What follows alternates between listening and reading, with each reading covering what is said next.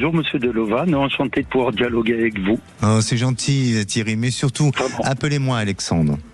Appelez-moi Alexandre. Très bien. Hein, on va faire très simple. Alors Thierry, vous nous appelez parce que vous avez un questionnement concernant l'influence qu'il pourrait avoir autour de votre compagne, c'est ça ? Oui, c'est vrai.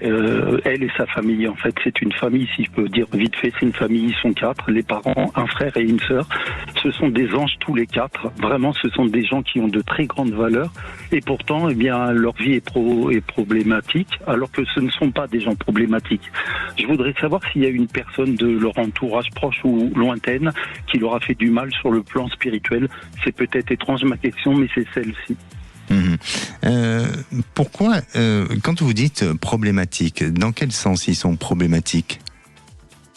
Alors pas eux, eux ce ne sont surtout pas des gens problématiques. Leur vie, en fait, ma chérie, la pauvre, elle adorait son métier, elle était secrétaire médicale, c'était une passion son métier. Elle adorait faire du flamenco, elle faisait du flamenco de la danse, quoi.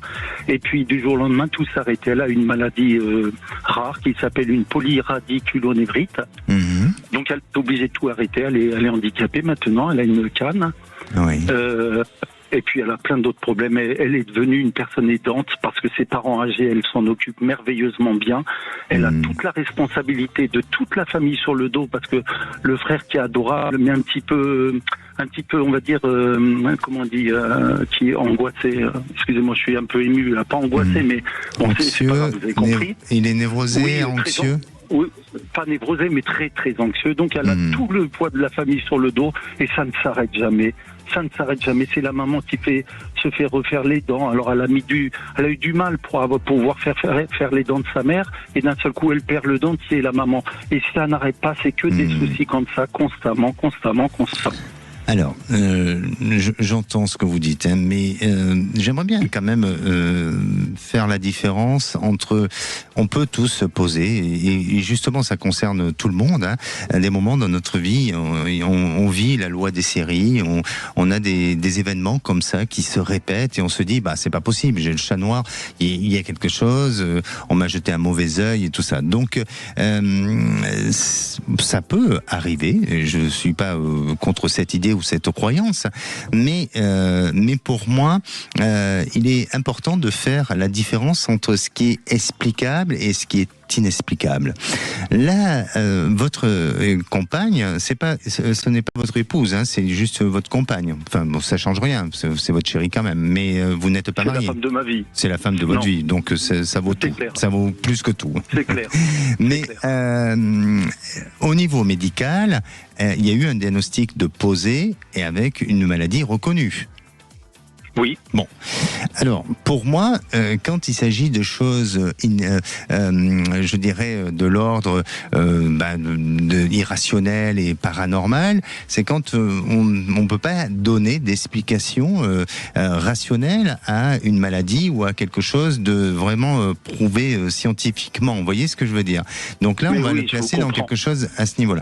Après, vis-à-vis de sa famille, on a tous une famille, on a notre ADN familial, et effectivement, elle porte peut-être le poids de sa famille. Mais quand on aime sa famille et qu'on est proche de sa famille, on devient systématiquement un peu le parent de ses parents. Et elle se retrouve dans ce schéma-là. Alors, le problème de votre compagne, est sûrement, elle est marquée par une énorme sensibilité. Donc, cette sensibilité fait que elle est amenée à se fragiliser et à subir un peu son existence. Maintenant, ce que je veux vous dire, Thierry, c'est que oui, effectivement, c'est pas évident. Oui, elle a peut-être pas une vie si heureuse comme elle le souhaiterait avoir, mais c'est son karma, c'est sa croix, c'est sa mission de vie, et ça n'a pas forcément de lien avec quelque chose qui soit ésotérique.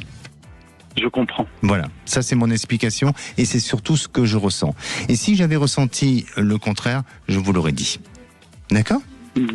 D'accord, merci. Un petit mot d'encouragement ou pas? Ça va s'arranger. Avec le temps, ça va s'arranger, mais il faut qu'elle accepte. Il faut qu'elle accepte justement cette mission dans laquelle elle est et de faire en sorte que chaque moment et chaque instant est un moment de bonheur aussi, même dans la fragilité, même dans la difficulté.